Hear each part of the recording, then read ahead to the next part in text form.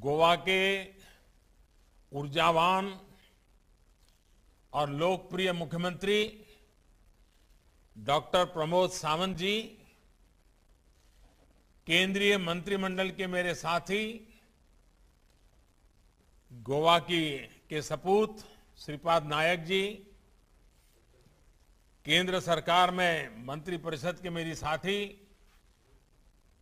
Doctor भारतीताई पवार जी, गोवा के सभी मंत्रीगण, सांसद और विधायकगण, अन्य जनप्रतिनिधि, सभी कोरोना वॉरियर भाइयों और बहनों, गोयच्या मजा मोगाल भावा बहणींना तुमचे अभिनंदन। आप सभी को श्री गणेश पर्व की ढेर सारी शुभकामनाएं। कल अनंत चतुर्दशी के पावन अवसर पर हम सभी बप्पा को विदाई देंगे। हाथों में अनंत सूत्र भी बांधेंगे। अनंत सूत्र यानी जीवन में सुख, समृद्धि, लंबी आयु का आशीर्वाद। मुझे खुशी है कि इस पावन दिन से पहले गोवा के लोगों ने अपने हाथों पर, बांह पर जीवन रक्षा सूत्र यानी वैक्सीन लगवाने का भी काम पूरा कर लिया है। गोवा के प्रत्येक एलिजिबल व्यक्ति, पात्र व्यक्ति को वैक्सीन की एक डोज लग चुकी है। कोरोना के खिलाफ लड़ाई में ये बहुत बड़ी बात है।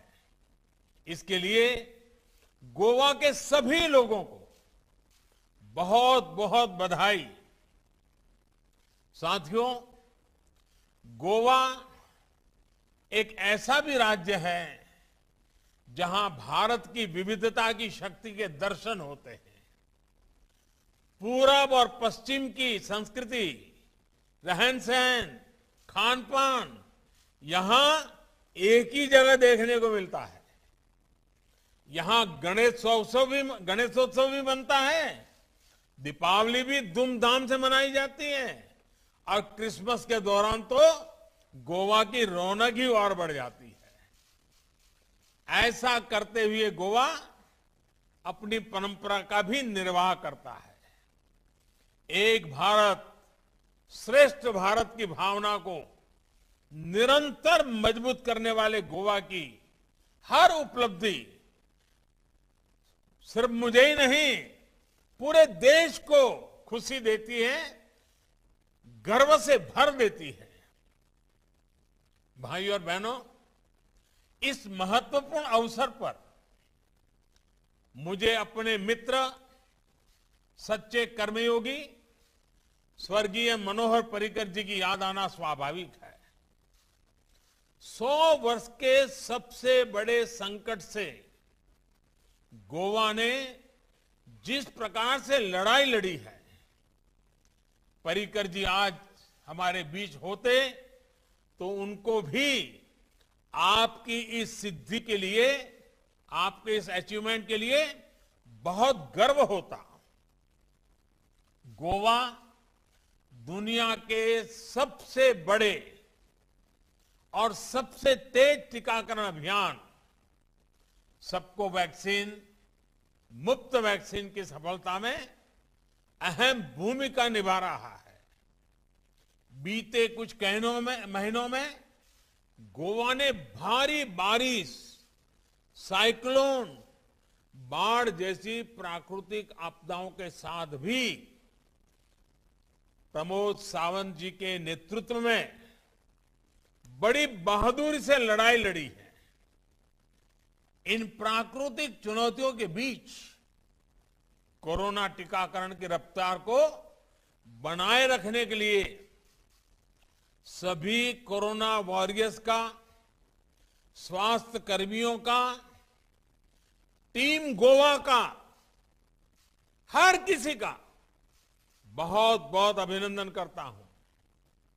यहां अनेक साथियों ने जो अनुभव हमसे साझा किया, उनसे साफ है कि अभियान कितना मुश्किल था।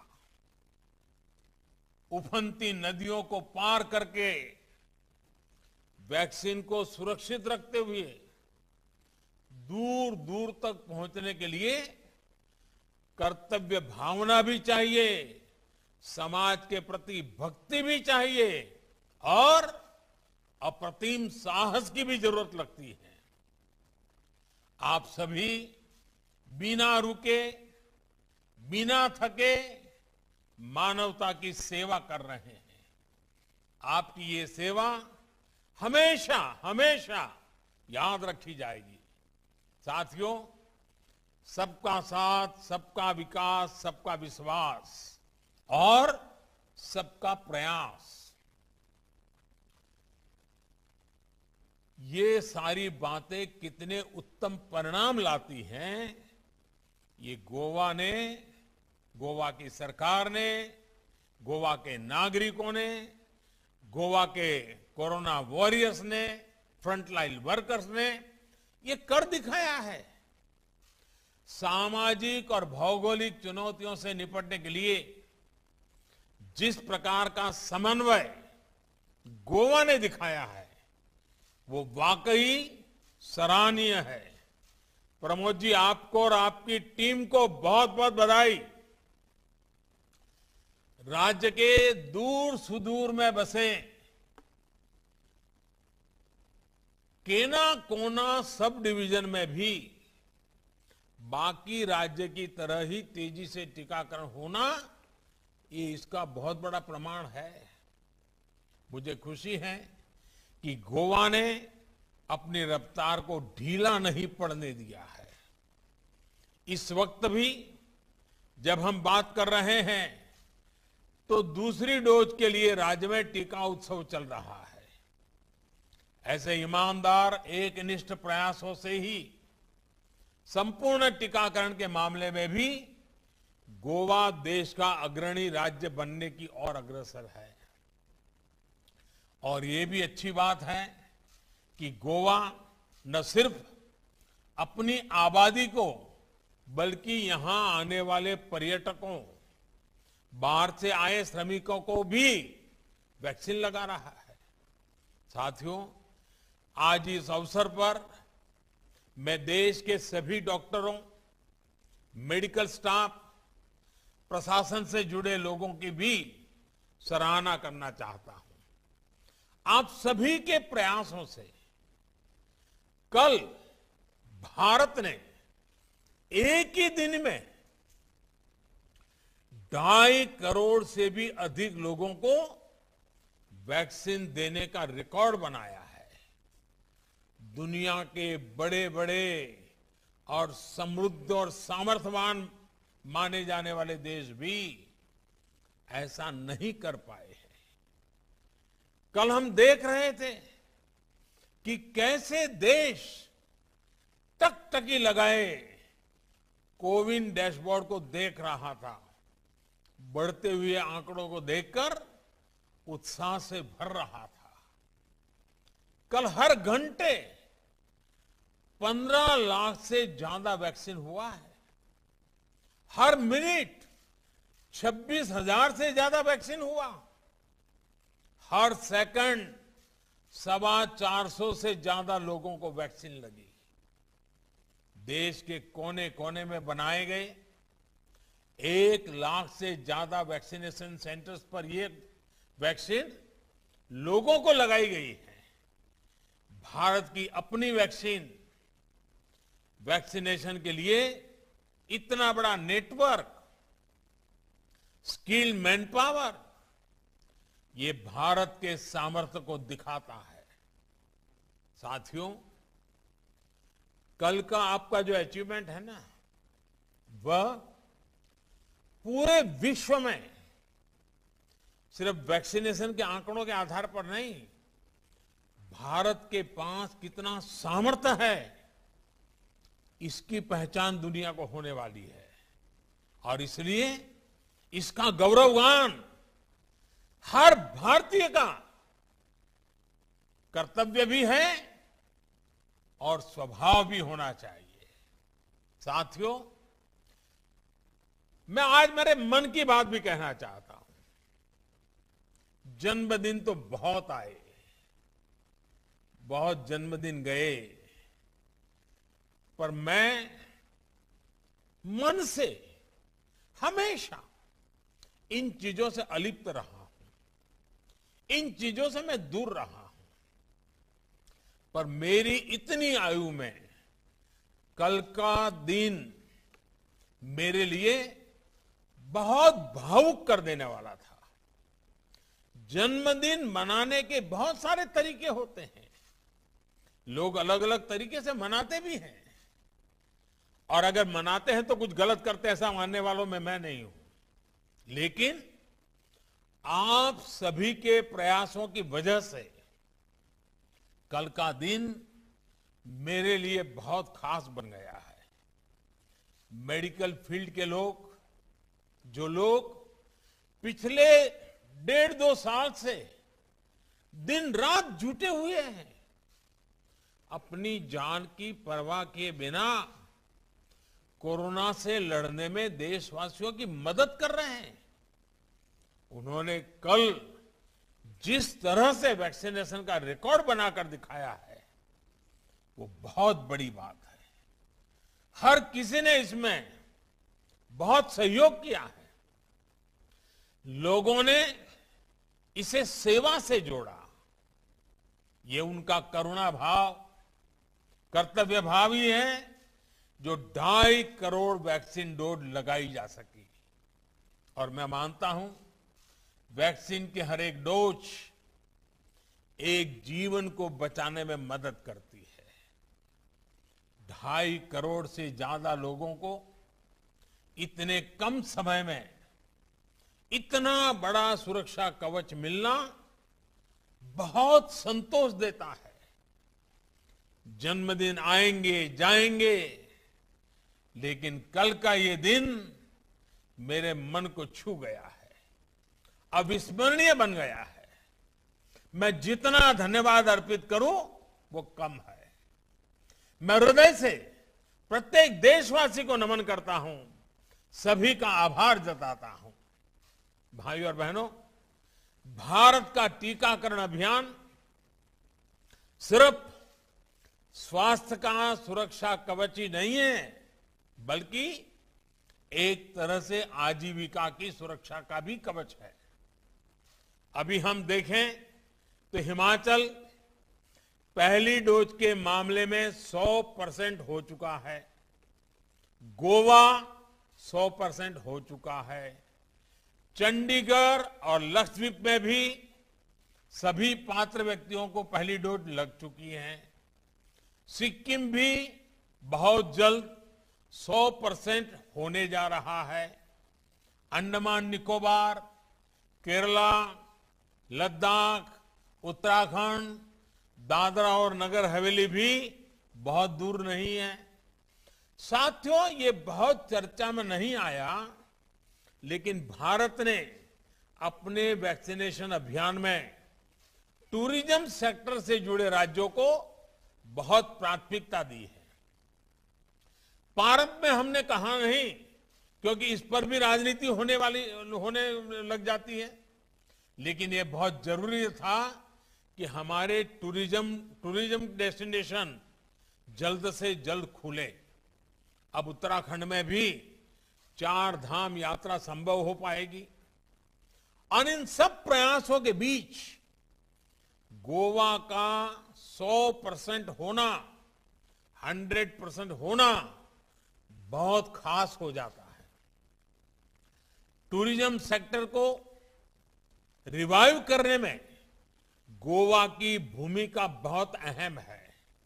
आप सोचिए, होटल इंडस्ट्री के लोग हो, टैक्सी ड्राइवर हो, फेरी वाले हो, दुकानदार हो, जब सभी को वैक्सीन लगी होगी तो टूरिस्ट भी सुरक्षा की एक भावना लेकर यहां आएगा।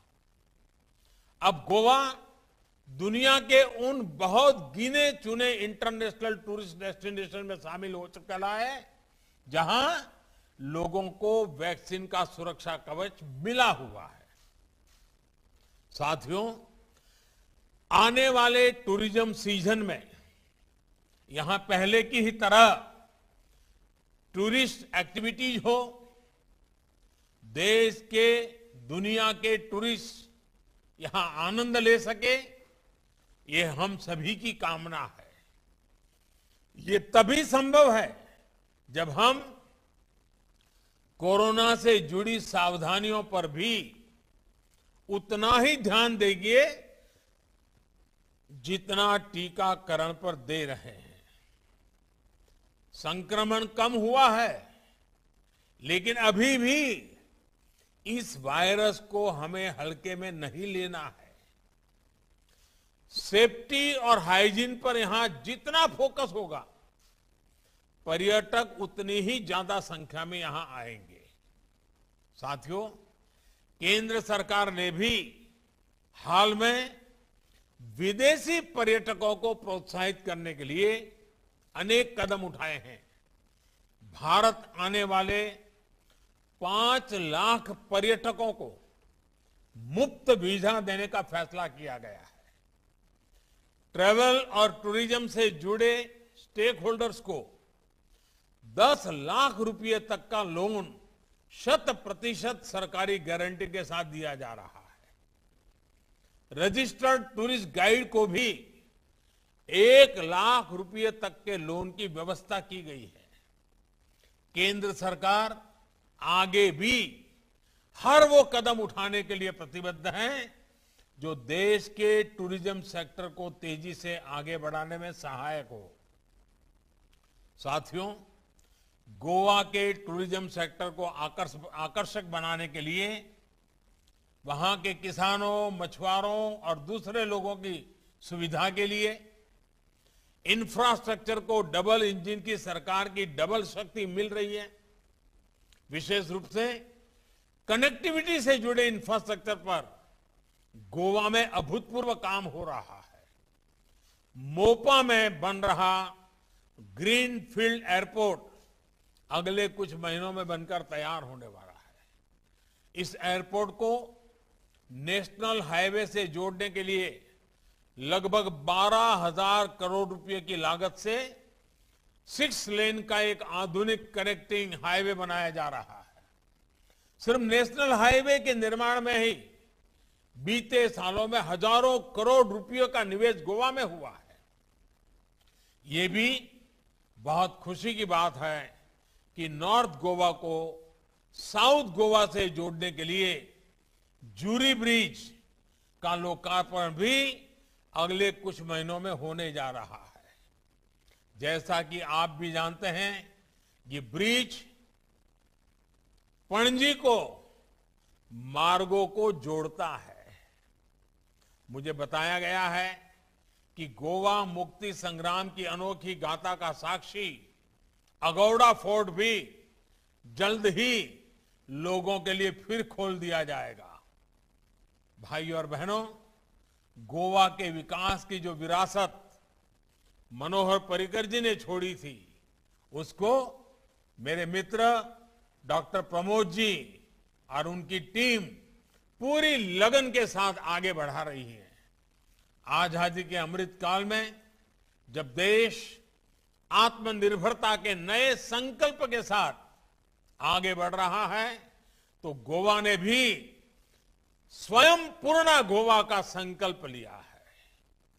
मुझे बताया गया है कि आत्मनिर्भर भारत स्वयं पूर्ण गोवा के इस संकल्प के तहत गोवा में 50 से अधिक कंपोनेंट्स के निर्माण पर काम शुरू हो चुका है।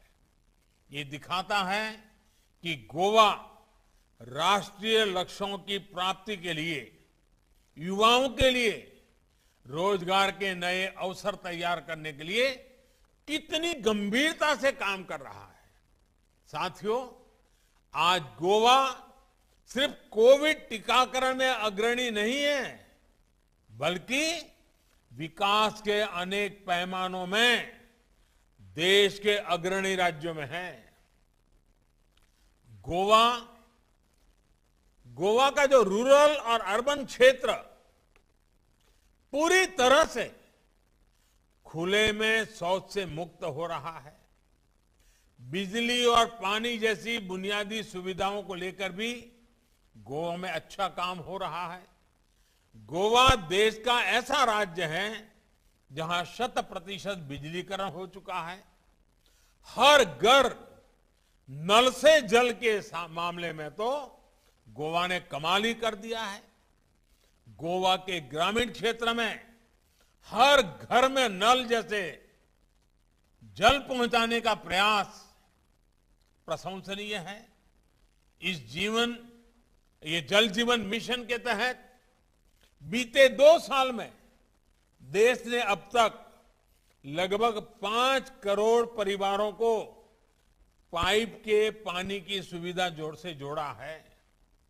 जिस प्रकार गोवा ने इस अभियान को आगे बढ़ाया है, वो गुड गवर्नेंस और ईज ऑफ लिविंग को लेकर गोवा सरकार की प्राथमिकता को भी स्पष्ट करता है।